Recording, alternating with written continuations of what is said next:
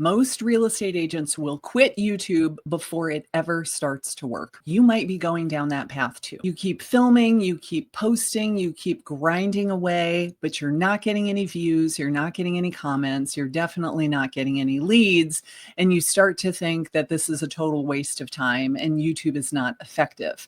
But that's a lie. The real reason YouTube isn't working for you is because no one's had the guts to tell you what you're doing wrong. And I'm feeling a little spicy today, so I will. And I'm saying this because I want you to be successful. This video might sting a little bit, but it's the truth. I have coached thousands of realtors over the years, and I see the same patterns over and over again. Most quit before it ever starts to work, and these are the reasons why. What I'm about to share with you is the difference between the agents who just throw their hands up in frustration and quit, and the ones who hang in there and start getting clients. The biggest mistake you're probably making is not looking at your analytics. You keep doing the same thing over and over again and expecting different results. The definition of insanity.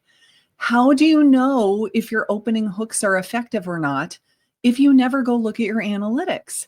How do you know whether your call to action is effective if you never look at your analytics? YouTube gives you a roadmap. It shows you where you lost people, where they watched things multiple times in a row, where they skipped ahead, where they rewound.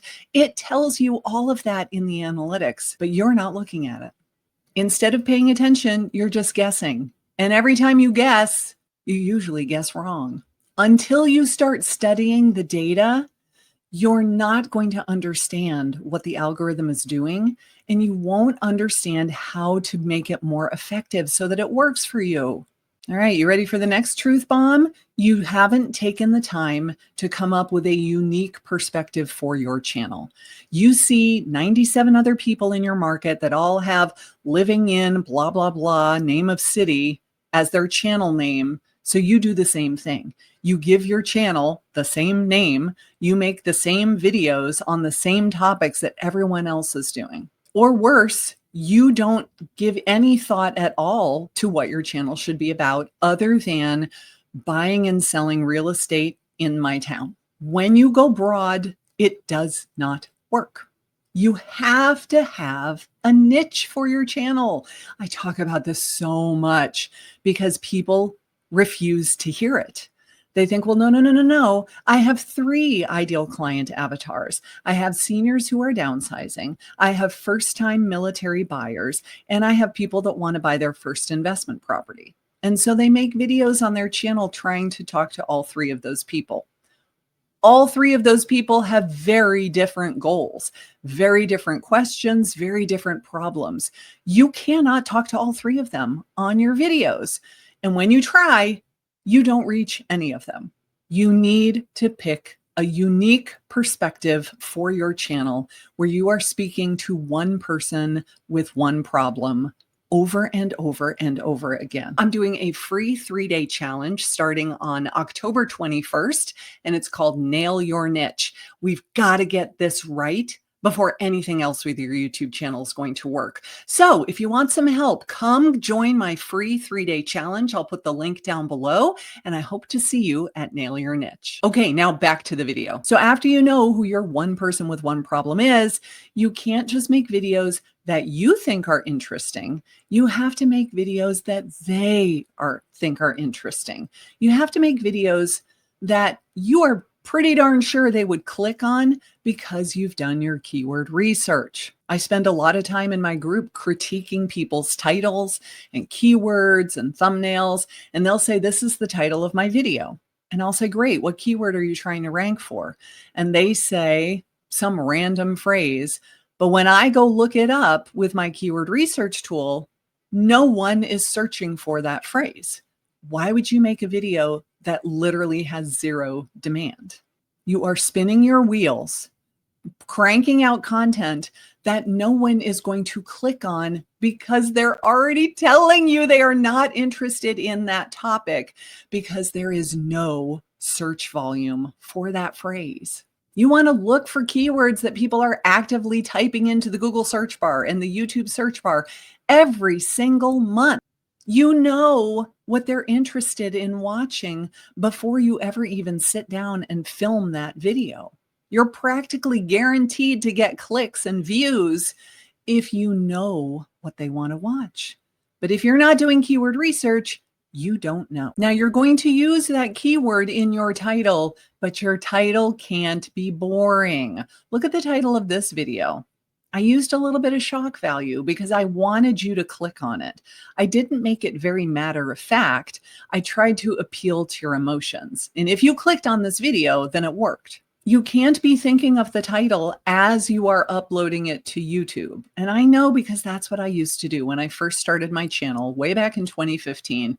I was notorious for that. I'd be uploading the video to YouTube and think, oh, I have no idea what to call it. And I didn't make a thumbnail. I should hurry up and go do that. It was a complete afterthought. And my results made that readily apparent that that did not work. I made 50 videos before I got my first lead for my YouTube channel because I made all of these mistakes. You cannot have boring titles and you cannot have amateurish, crafty looking thumbnails. Now, I understand that we are all not born graphic designers, but it's a skill you're going to have to learn at least to get better than what you are now, or hire someone else to do it for you. There is no shame in hiring someone who will make your thumbnails for you. You don't have to be the person doing it, but they cannot look like my 7-year-old made it with cutting pictures out of a magazine and a glue stick. Here's a mistake that just drives me crazy. You cannot upload a video that you filmed vertically as a long form YouTube video. It has to be horizontal. When you upload a video that's 3, 4, 5 minutes long, and it's not a YouTube short, but you held your phone in portrait rather than in landscape. When you upload it to YouTube, it has a big black box on either side of it. And people see that and think, oh, it's repurposed content. They made this for Instagram or TikTok, downloaded it and brought it over here. And we don't like those platforms, which is why we are here on YouTube. We don't want to watch it. And so they don't. Don't just reuse a video that you made for another platform and upload it to YouTube just so you can check the box and say, I posted a video this week. It's not going to be effective. It's not going to bring you business. People who are on YouTube watching long form content are prepared to watch longer videos. That's why we're there. We don't go to YouTube so that we can be mindlessly entertained with 15-second viral videos that might do well as an Instagram reel.